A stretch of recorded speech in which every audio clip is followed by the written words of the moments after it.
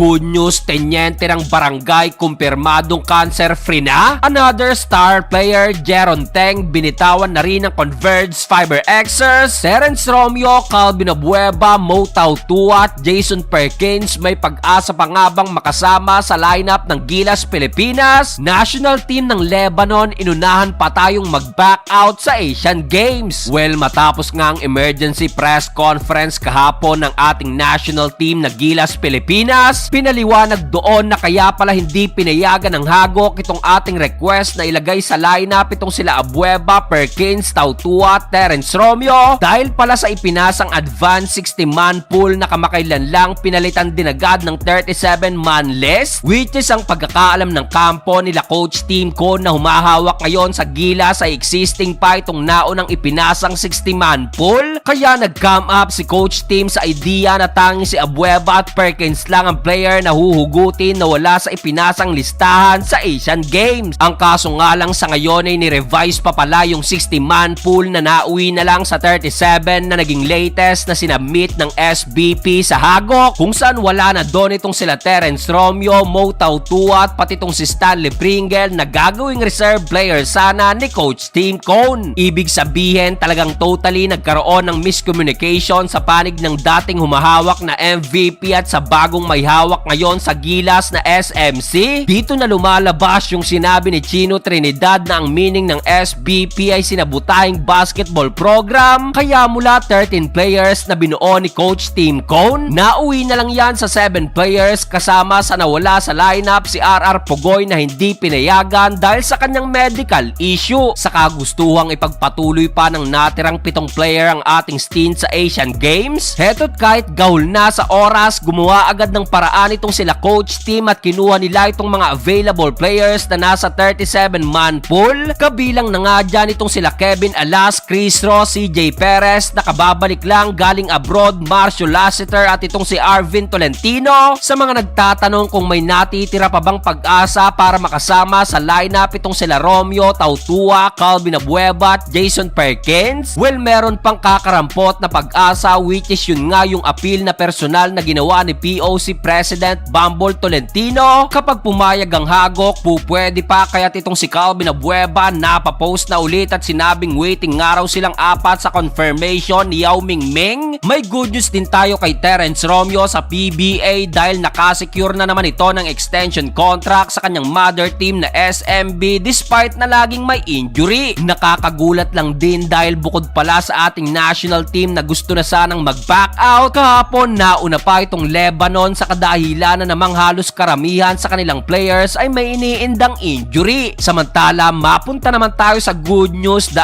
Iron Man Teniente at General L.A. Tenorio sigurado at kumpirmado ng cancer-free ayon yan mismo sa interview ni Coach Team Cone, which is kinumpirma rin niya ni L.A. sa kanyang post after sumailalim sa PET scan at natapos na rin daw itong kanyang lahat ng chemo session. Gandang balita nito sa mga fans ng Ginebra dahil pinayagan na rin daw ito na bumalik ng practice. Biro pa ni Coach Team kung kasama lang daw ito sa listahan, malamang nasama rin daw ito as a player sa Asian Games, kung saan asahang pagdating ni LA sa Pinas magkakaroon ito ng interview patungkol sa kanyang plano sa kanyang pagbabalik basketball career. Sa kabilang banda naman, nakakagulat na balita after ni Maverick Ahnisi na napunta na nga sa Barangay Ginebra, another star player ng Converge Fiber Xers na si Jeron Teng, binitawan na rin ng ganun-ganun lang at di man lang in-explore na i-trade ng management after ma-expire ang kanyang contract nitong August 31. Well, totally shocked tayo dito dahil alam naman natin kung gaano ka-close itong sila Coach Aldin Ayo at Jeron Teng na nagsama sa UAAP sa kupunan ng De La Salle. Maganda rin ang in-improve ni Teng sa mga previous season, averaging 13.6